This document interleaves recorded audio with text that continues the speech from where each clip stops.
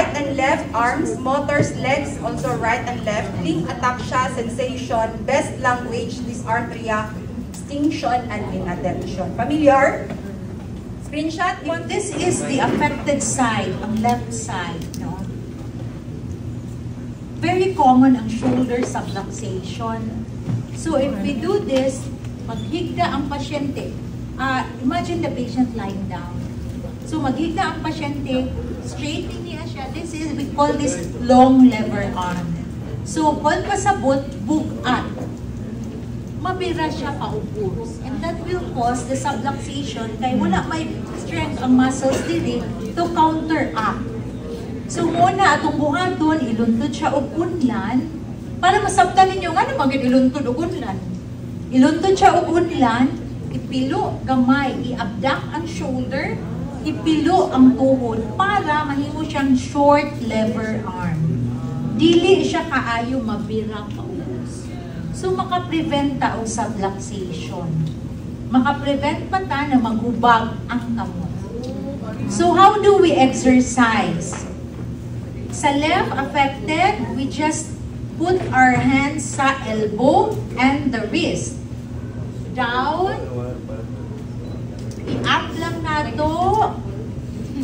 We do this 10 repetitions. Di pa siya masakit, anak.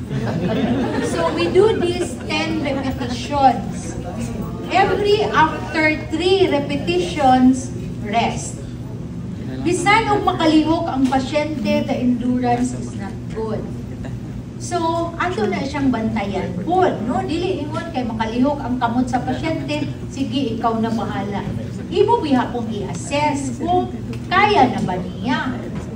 So, the second exercise, mo na niya among gaitudlo sa among watchers class. Very simple exercise. The second exercise, the same ang both wrist and elbow.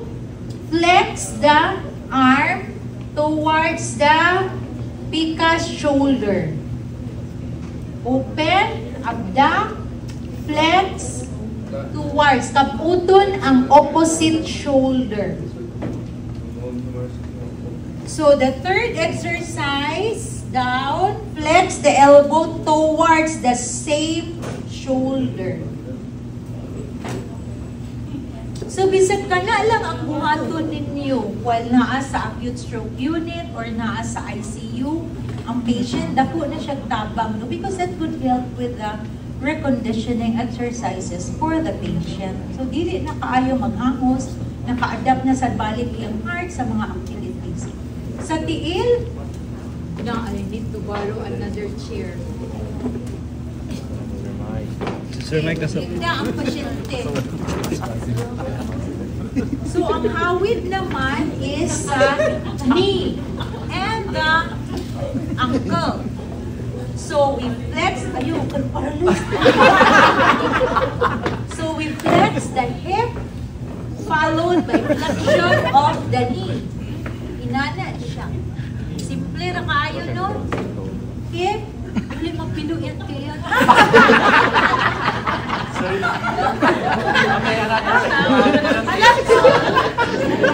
Sir Welsky. Like and Put subscribe, your Sir hand Paul. sa bagtak, no? Sa gastron. The other hand sa lapalapa. Then flex towards the patient. You will feel magahi ang bagtak. You are doing the right thing. This is to prevent, no? Kanang gahi sa iyang tendon of Achilles. I-maintain na nato because that's the neutral position.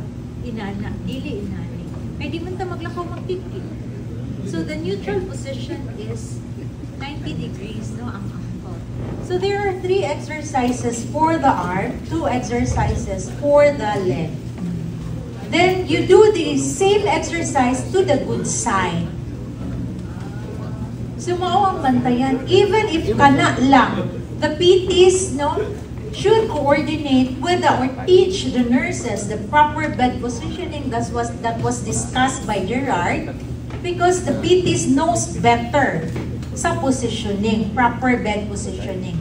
So coordinate lang, ang coordination lang sa nurses and the PTs and the other healthcare personnel among the team para mas gwapo ang atong mahatag na care for the patient. So, kaya lang ako mga secret